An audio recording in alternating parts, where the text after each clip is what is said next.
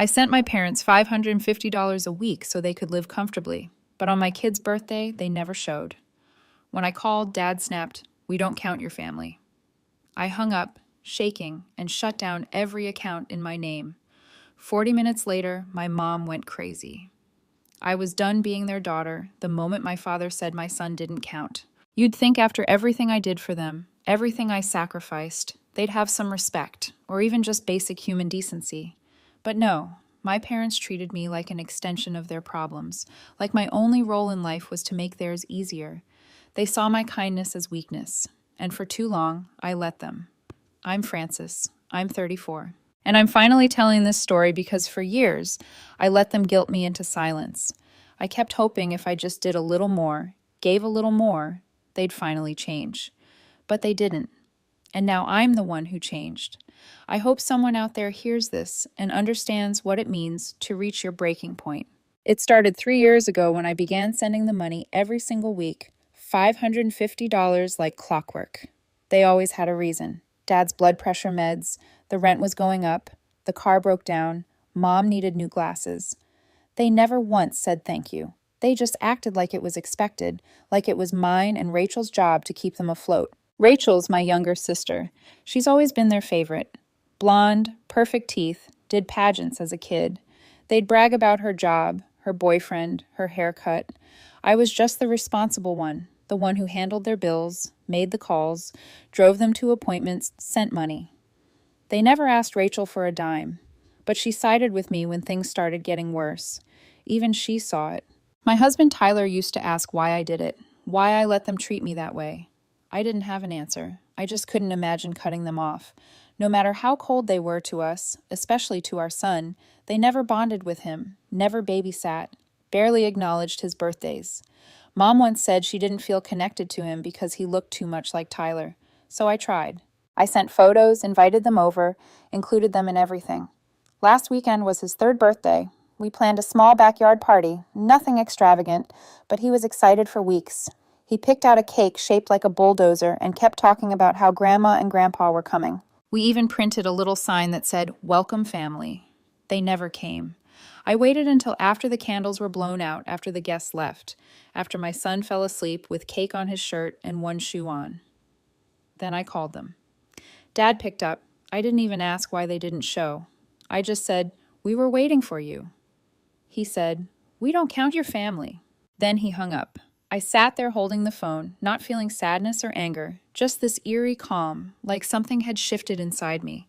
I opened my laptop and shut everything down. Every bill in my name gone. I canceled the utilities, disconnected the grocery card, closed the bank account they used. I called their landlord and gave him their number, told him not to contact me again. 40 minutes later, Mom started calling like a maniac. Left 7 voicemails in 10 minutes. She called me selfish, said I was destroying them, said I owed them, that they were my blood.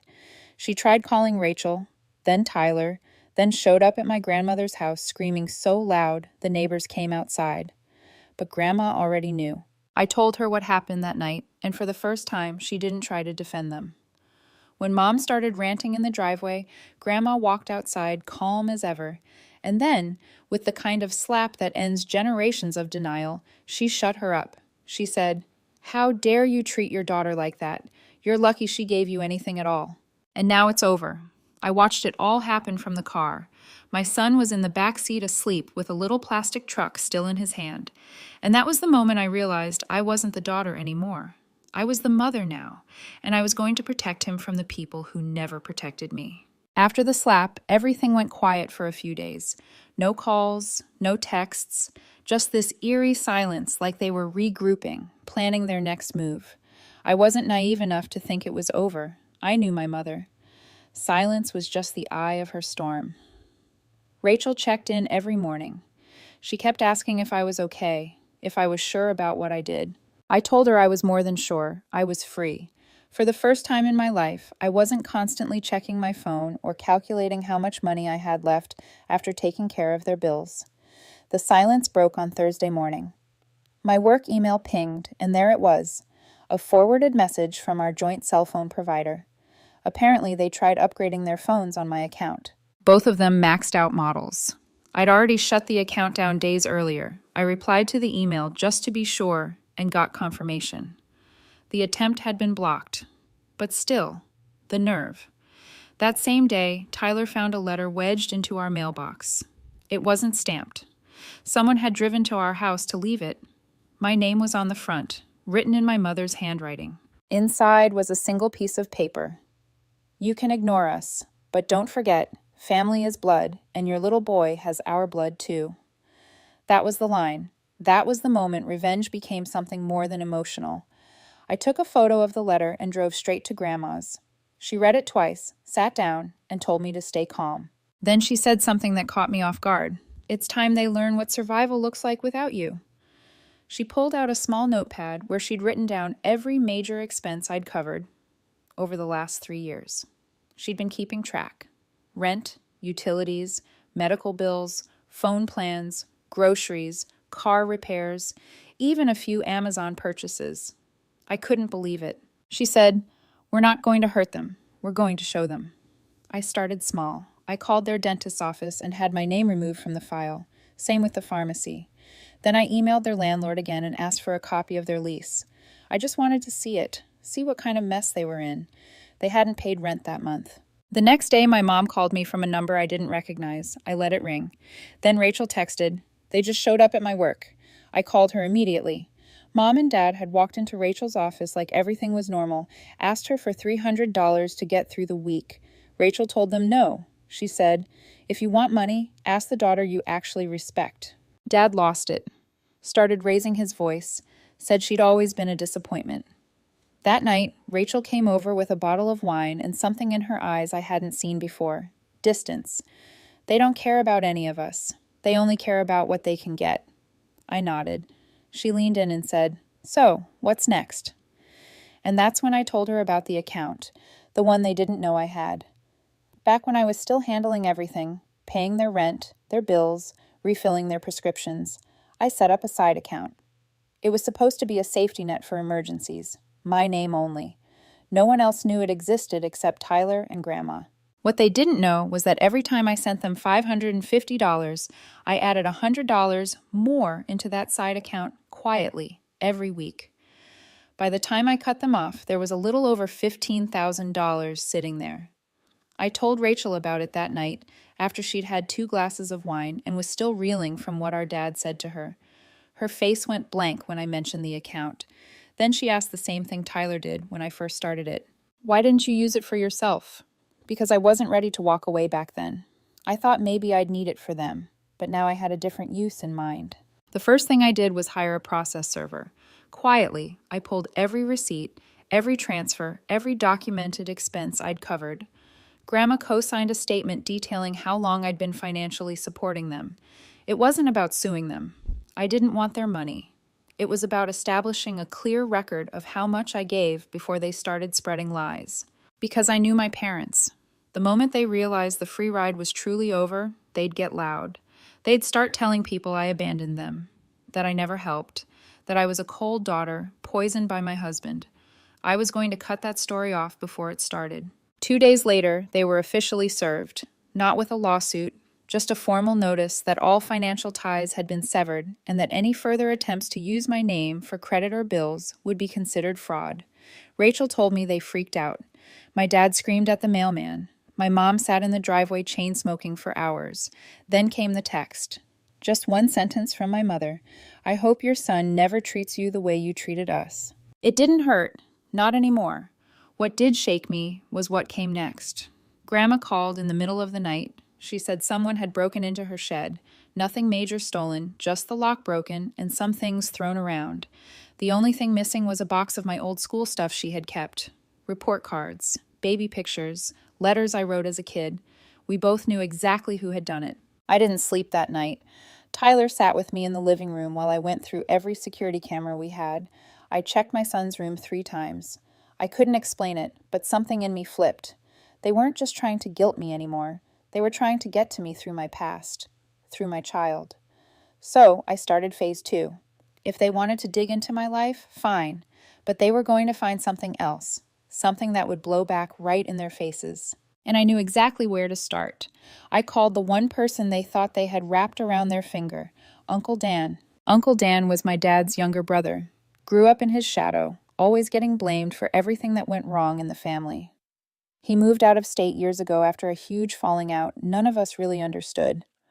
All I knew was that my parents hated him, talked about him like he was a drunk loser who never amounted to anything. But I remembered something.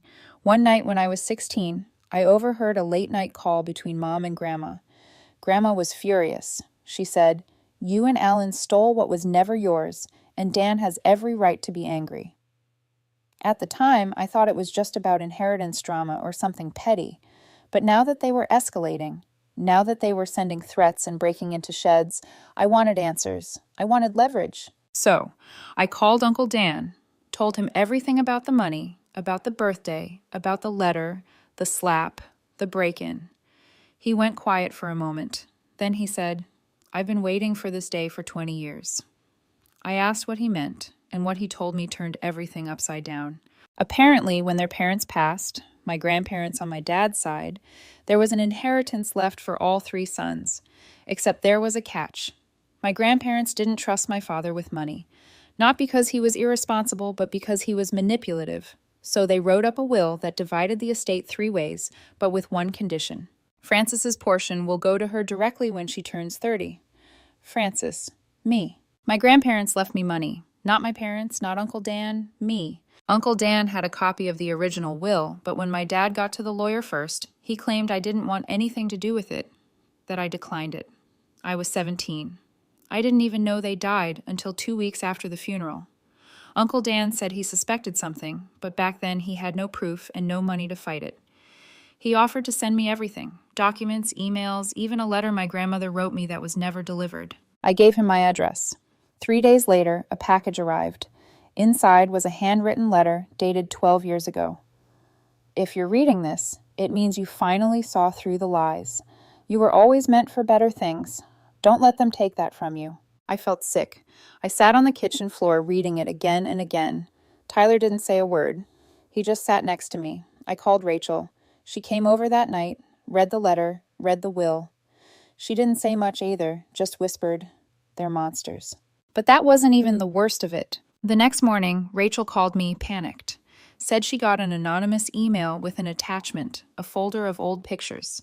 Someone had taken photos of her house, her front door, her car, her bedroom window. The email just said, "Pick a side fast." She called the cops immediately. They said without a clear threat there wasn't much they could do.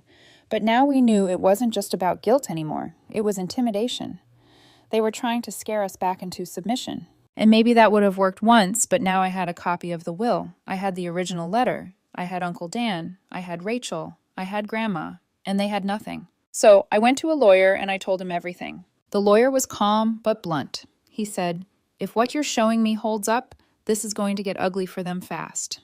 He reviewed the documents from Uncle Dan, the letter from my grandmother, and the paper trail of financial abuse I'd quietly compiled over the years. Then he pulled something up on his screen and turned it toward me. "There's a trust in your name, still active." My heart dropped. I didn't know what to say. The trust was real, established by my grandparents with a provision that no funds could be accessed until I turned 30, the same year I started sending my parents money every week. They had spent 3 years draining their daughter's bank account while secretly sitting on mine. The worst part, they'd forged my signature 3 times to withdraw small amounts for emergencies. $2,000 here, $1,500 there. The lawyer said we could press charges, that this went far beyond family drama. This was theft, fraud. I didn't give him an answer. Not yet. That night, Rachel came over again. She was visibly shaken. She had just gotten off the phone with Mom. Apparently, Dad had a breakdown, screaming in the house, punching the cabinets. Said he was tired of being disrespected, tired of being cut off like trash. Mom told Rachel to convince me to call off the lawyer, said I was destroying the family for money that was never mine anyway. That phrase stuck with me, never mine anyway. It was like a window into how they really saw me, a tool, a resource, not a person. Rachel, for once, didn't play neutral. She told Mom if they contacted her again, she'd block them. She'd already filed a report about the creepy photos. Then she told me something unexpected. Remember that silver bracelet Mom always wore? I nodded. It was supposedly a family heirloom from her great-grandmother. Rachel laughed bitterly. She pawned it last month for $80. I shouldn't have been surprised, but I was, because that was her pattern. Building things up with fake sentiment, then selling them for quick cash the second they became inconvenient. 2 days later, everything cracked open. Grandma called. She said my parents were officially evicted. No rent paid for 2 months. My name was no longer on anything, and they hadn't figured out how to survive without me. They tried begging the landlord to let them stay, said their daughter had abandoned them, that she had money and was hiding it out of spite. He wasn't interested. That same evening, Tyler noticed someone parked across from our house. An old blue sedan, engine running, just sitting there. He stepped outside. The car sped off. We called the police and gave them everything: the photos Rachel received, the break-in at Grandma's, the forged trust withdrawals, the harassment. They opened a case. Then, the next morning, I got a text from an unknown number. You don't get to win. But that's the thing. I wasn't trying to win. I was just done losing. The final call came on a Tuesday. Not from my mother, not from my father, from the sheriff's department. They'd been picked up after trying to use my old ID at a check cashing place. The clerk recognized my name and flagged it. When the cops searched them, they found a folder with Rachel's address, and several photos inside. They weren't just spiraling. They were planning something. The officer said I should consider filing a restraining order. I didn't hesitate. I filed one for myself and one for my son. Rachel did the same the next morning. That was it. That was the line they crossed with no way back. And for the first time since this entire nightmare began, I felt peace. Grandma invited us all over the weekend after the court order was signed to meet me, Tyler, Rachel, and my son. She made pot roast and wore her old pearls. Said she felt like celebrating. At one point, she pulled me aside and handed me a small box. Inside was a locket. Not expensive, not flashy. But when I opened it, there was a photo of me as a toddler and another of my son from the birthday party. She said, "This is the family that matters." Then she added something else. "You know, I slapped your mother because I was angry. But if I ever see her again, it won't just be one slap." We laughed, for the first time in weeks. Tyler and I used part of the trust money to finally fix up the backyard. Nothing extravagant, just enough to build a little playhouse. My son calls it his work zone. He's obsessed with tools now. Rachel moved into a small place of her own a few miles away. She comes over every Friday for dinner and helps babysit on the weekends. We've never been closer. As for my parents, they vanished. The last we heard, they were staying with a cousin out in the desert. No car, no job, no money. Uncle Dan sent me a photo a few weeks later. He'd run into them at a gas station. Said they didn't even recognize him. Just two empty faces walking out of a convenience store with a bag of chips and a six-pack. I didn't feel bad, not even a little, because this wasn't revenge. Not really. This was correction. This was what happens when you spend your whole life burning bridges and finally run out of wood. And I finally understood something Grandma once told me when I was 16, crying after another fight with my mom. Sometimes the only way to move forward is to let the dead things stay buried. So I did, and we're happy now. Quiet, normal, free. They don't count my family. Good, because they're not part of it anymore.